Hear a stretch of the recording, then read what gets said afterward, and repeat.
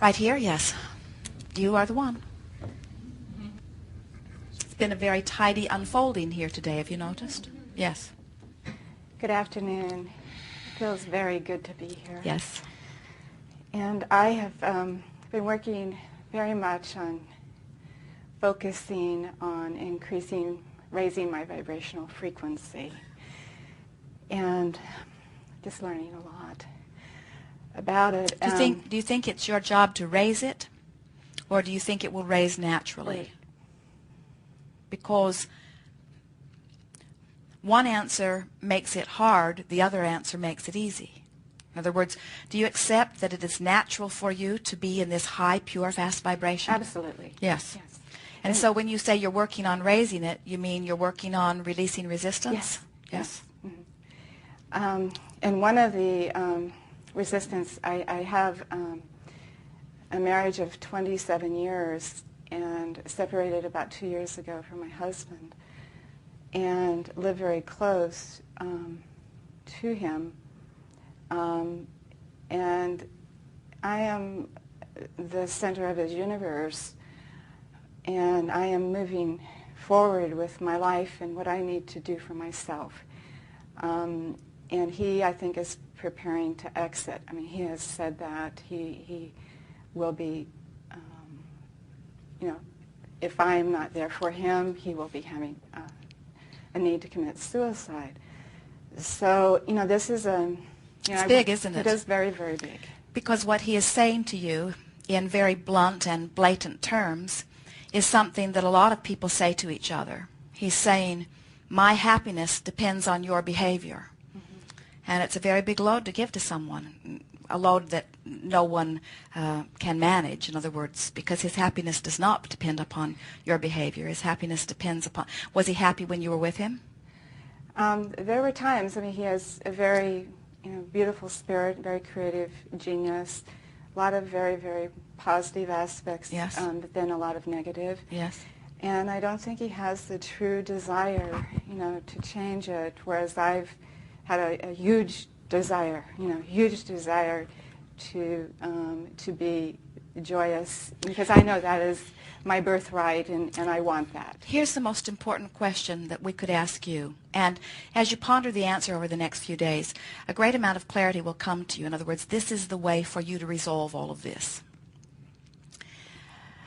When you see him in your mind's eye, not when you're visiting with him, not when you're talking to him, or not when he's in front of you, but when you think about him and you recognize that you are not fully in his life, even though he wants you to be the center of his universe, you know that you are not, as far as you are concerned. When you see him in your mind's eye, do you see him suffering and struggling and lonely, or do you see him getting over it, becoming self-sufficient, surviving, even enjoy? In other words, when you pick up the stick from the pile with his name on it, what is the vibration that you usually discover? Most of the time it is the latter, and he has survived for the 2 years. I feel that, I have very much focused on him as being strong, and he has become stronger over the 2 years. So he has, I had this vision of us both being more whole. And I think that is being realized to a degree. And so would you say that when you talk about him or when you think about him, that the thought of him is cork floating or cork sinking? In other words, when a vision of him comes across your mind, is it uplifting or defeating? I'm making a conscious continual effort for it to be uplifting. The reason I believe it is most of the time. The reason that we put the question in the careful wording that we are offering here is because we can feel within you a very strong desire to hold him in this place, and we know that you know all the right answers. In other words, we know that feeling good is the answer we're reaching for, and not feeling so good is an indicator of some resistance.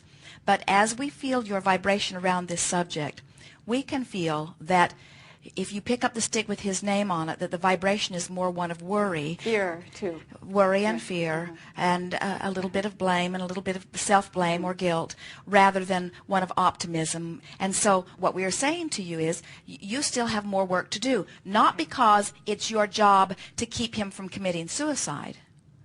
It isn't your job, but because if he is going to be a focal point in your life experience that is so present in your experience, in other words, when you have someone who's focused a great deal on you, it is important that you have them in alignment within you, because when they focus upon you, it activates, even if you don't know, they're not in the room with you, they're not ringing your doorbell, they're not making your phone ring, they're across the world thinking about you. When they think about you, it activates their vibration within you. And so you are constantly reminded of whatever the vibration is that you have decided to achieve, whichever end of the stick you are predominantly vibrating on, becomes activated within you, you see. And so that's why it feels to you like it's been a constant rebalancing act, because he has made you the center of his universe. He's focused upon you a great deal, and he's projecting himself vibrationally into your experience.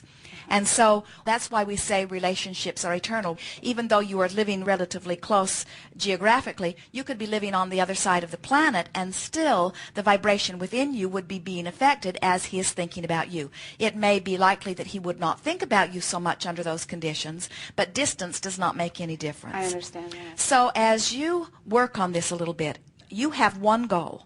And that goal is to find a way of thinking about him and feeling good. Now, the reason we put it to you in those blunt terms is because you could pet your cat and never think about him again, and you'd do just fine. But we don't think you could pet your cat and never think about him again, because he's been too long, too big a part of your experience, and because he's still thinking about you.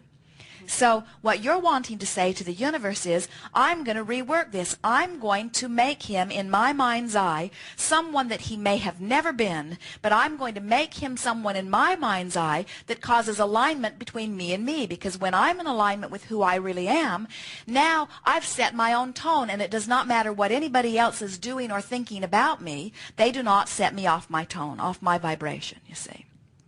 So this will be easy for you. We can feel it's easy for you to reach for a thought that feels good. What we are saying to you is just manufacture a stronger, more deliberate thought around him relative to his well-being. As you be more specific about it, you'll feel the power of it more. As you say things to yourself, as you envision things like he is getting on with his life and doing just great. And in fact, he has attracted another and is refreshed and renewed in the new relationship. And as you take pleasure in that, sort of milk it. Now we can feel perfect alignment with you in that thought. In other words, yes. I want that. Yes, we can feel that you've practiced it before, but that's a very good imagery for you. Or see yourself bumping into one another on the street, and both of you being genuinely glad to see each other, and no yearning about unfulfilled desires or unsatisfied happenings. Things like that. And it will just get softer and softer. We think that what's happening is that he is recognizing that he is finding some stability too. But he is still wanting to ring your bells just a little bit. And there isn't anything that rings somebody's bells as loud as somebody saying, I need you so much that I cannot continue. In other words, he's been pulling on lots of your chains in lots of different ways, and he's sort of down to the last one. Yeah. I think so, yeah. Yes. Yeah. Thank you. Be easy about it. Have fun with it. That may sound odd under the circumstances, but there is such pleasure to be had in holding someone that you care about as your object of attention and finding them stable. Many people listening in and not understanding the basis of law of attraction or the art of letting it in might say, well, Abraham, shouldn't she be facing reality? And we say, reality only gets you more of what you do not want. In other words, face the parts of your reality that are pleasing you, but fill in the rest with your imagination. And a great deal of powerful influencing can happen there. Yes.